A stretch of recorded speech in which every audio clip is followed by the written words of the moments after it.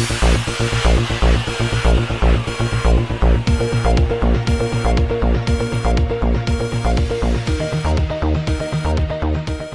अस्सलाम वालेकुम नाज़रीन। दादू सिटी में सेप्को के रिटायर्ड मुलाजमीन सरकारी मुलाजमों की तरह सरकारी दफ्तरों पर विराजमान हैं।